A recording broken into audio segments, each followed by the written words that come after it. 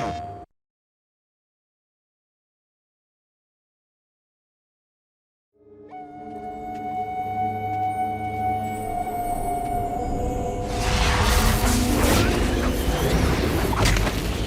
genesis of the story that we finally ended up with, we were all sitting around and we had been given the mandate to take this move controller and make a magic wand game out of it. We wanted opening that move box to be that moment of discovery, like, what is this? This is something I've never seen before. It feels powerful. And it really formed the foundation of the story. It was going to be about learning how to do all this new stuff you'd never done before. And we wanted the story of the game to be the same way, a journey of discovery, a hero's journey.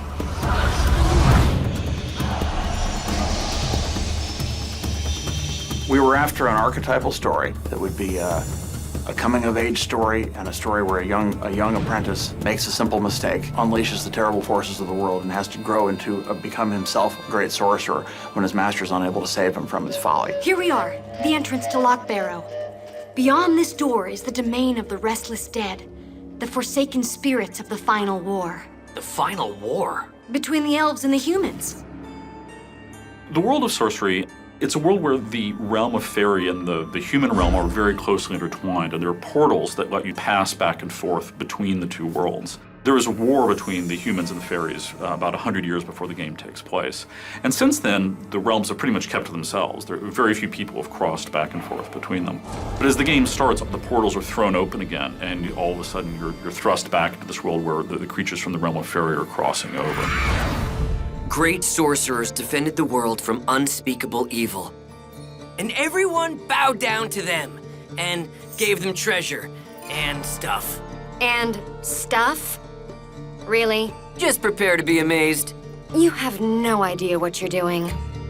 A lot of the emphasis in the story in Sorcery is more about the relationship between the characters. For most of the game, there is Finn, our protagonist, and Erline, the magical cat who accompanies them. When the game starts off, Finn and Erline don't really get along very well. She's kind of obnoxious, he's kind of like full of himself. I shouldn't have said anything.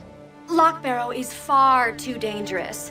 You might get hurt, and then I would never forgive myself. Right then, Loch Barrow. Well, this should be entertaining. If you think of your mage that stands in the back and uses his wand and knowledge just to control the world, that isn't Finn. Finn drives forward. He thirsts for knowledge, but he thirsts for adventure more than anything. There are a couple of things we do to sort of play with the fantasy archetypes. One thing is to sort of dig deeper into the reality of the archetype. We have Evil Queen, the Nightmare Queen, and we actually worked really hard to create sort of a psychological depth to her. You can feel a little bit of sympathy for the best of best villains. In the Nightmare Queen, her daughter has been stolen. And that's a believable anger, right? You can look at the Nightmare Queen and go, yeah, I'd be pissed. That believability makes her all that more terrifying because you can understand and maybe you could see yourself be that villain.